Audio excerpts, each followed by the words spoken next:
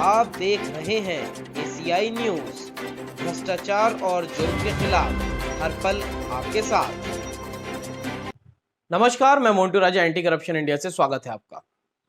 आप एक आजाद मुल्क में रहते हैं।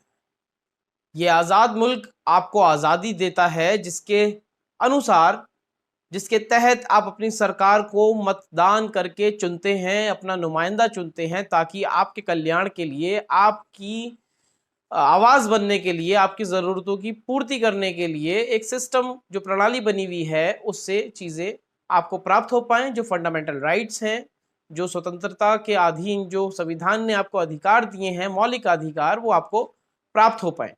इन्हीं सारे अधिकारों के चलते आपको मतदान का अधिकार दिया गया है।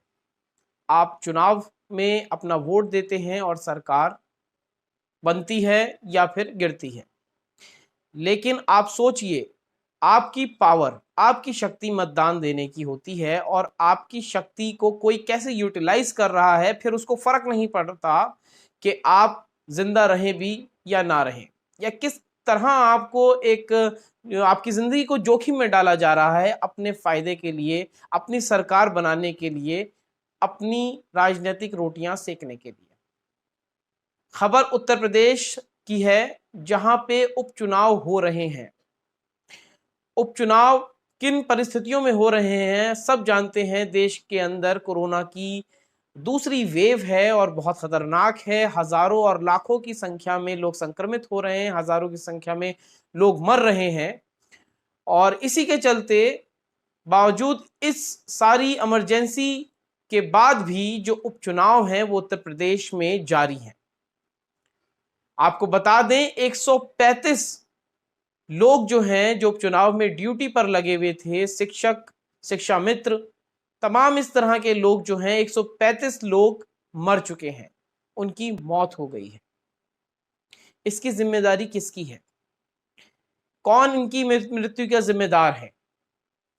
सिर्फ राजनीतिक रोटियां सेकने के लिए या अपनी सरकार सत्ते में बनाए रखने के लिए, सत्ता पे काबिज होने के लिए इस तरह की जो रणनीतियां हैं, इस तरह के जो कार्य हैं, वो करे जा रहे हैं। आपका वोट आपकी जान ले रहा है, आपका अधिकार आपकी जान ले रहा है। सोचना किसको चाहिए?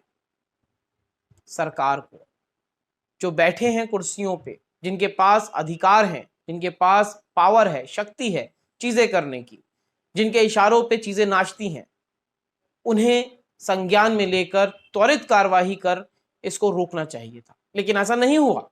135 लोगों की जानें गईं, जो उन ड्यूटियों पे लगे हुए थे, अपनी ड्यूटियां निभा रहे थे। चुनाव के मद्देनजर जो चुनावी जगहें थीं, उन पे उनकी ड्यूटियां लगी थी। इसी के चलते राष्ट्रीय शिक्षा संघ ने उत्तर प्रदेश के मुख्यमंत्री को चिट्ठी लिखी है, जिसपे तुरंत इसको स्थगित करने की या फिर रोकने की मांग करी है।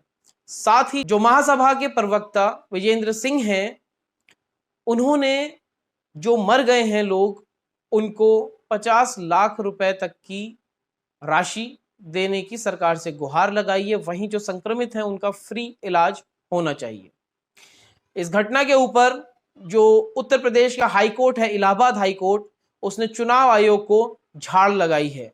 चुनाव आयोग को नोटिस जारी किया है कि चुनाव आयोग को ऐसी परिस्थितियां देखते हुए चुनावों पर रोक लगानी चाहिए, रोक देने चाहिए।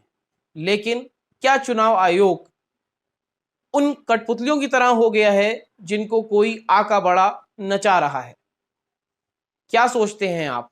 क्या चुनाव आयोग देश की जनता की जो इमरजेंसी इस समय लगी हुई है, जो इमरजेंसी जैसे हालात हैं, सुप्रीम कोर्ट ऑलरेडी कह चुका है कि इमरजेंसी जैसे हालात हैं, चुनाव आयोग क्यों रिस्क ले रहा है देश की जनता की जान के साथ? क्यों जानते हुए भी देश की जनता को मौत के मुंह में चुनाव आयोग ढकेल रहा है? किसके कहने पे?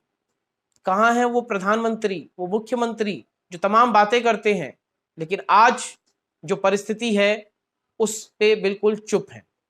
क्या है आपकी राय? आप कमेंट द्वारा हमसे साझा कर सकते हैं। अगली अपडेट के साथ आपके सामने फिर प्रस्तुत होंगे। नमस्कार।